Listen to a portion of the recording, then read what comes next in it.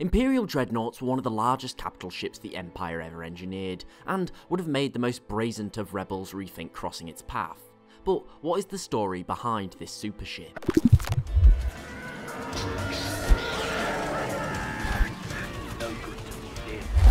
Now, the ship, like the standard Star Destroyers, was built by Kuwait Drive Yards, a company that was incredibly loyal to Sidious's regime all the way back from the Clone Wars. Now, these ships were very impressive through scale alone, with a length of 19,000 meters compared with a standard Imperial Star Destroyer's 1,600. These ships dwarfed nearly all other craft in the galaxy. Now, we don't actually know how much these ships cost. A standard Star Destroyer was around 150 million credits, but considering the sheer size of these ships, it'll have been a lot more. However, the entire Dreadnought project itself was very secretive.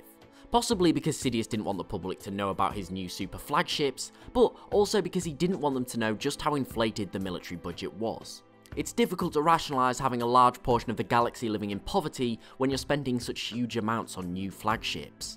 Now, Rebel intelligence agencies estimated that more of a dozen than these ships were made before the Battle of Endor. After this, the Alliance to Restore the Republic successfully destroyed 5 of these ships and captured another 3 of them. The last known flagship was downed during the Battle of Jakku.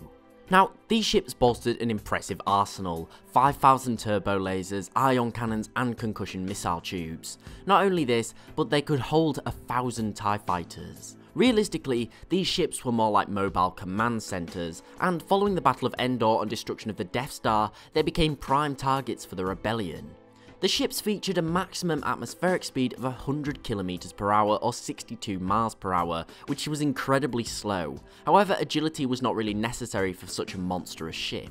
And their Tier 1 hyperdrive also ensured that they could get fast deployment to basically anywhere in the galaxy. Now, one of these first ships was named the Executor and was given to Darth Vader as his own personal flagship, and saw action during the Battle of Hoth, Cloud City, and Endor, where it was destroyed. Now, as we see, the ship was destroyed by a simple fighter, and this is quite strange, and this was largely due to Sidious's orders and Admiral Piet's command. You see, Sidious ordered the Executor and its surrounding fleet to simply stop the enemy fleet from escaping and not engage the capital ships, instead saving them to show how powerful the Death Star was. This meant that the Executor was kind of stuck, just blocking the way and trying to fight the countless smaller fighters as opposed to the large capital ships that it was designed for.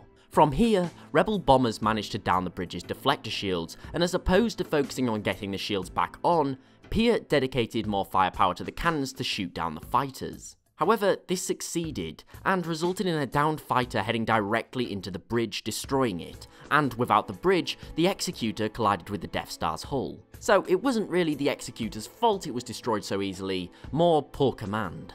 Ultimately, these huge ships were more than a formidable foe for nearly any enemy, and would serve the Empire even after the defeat on Endor.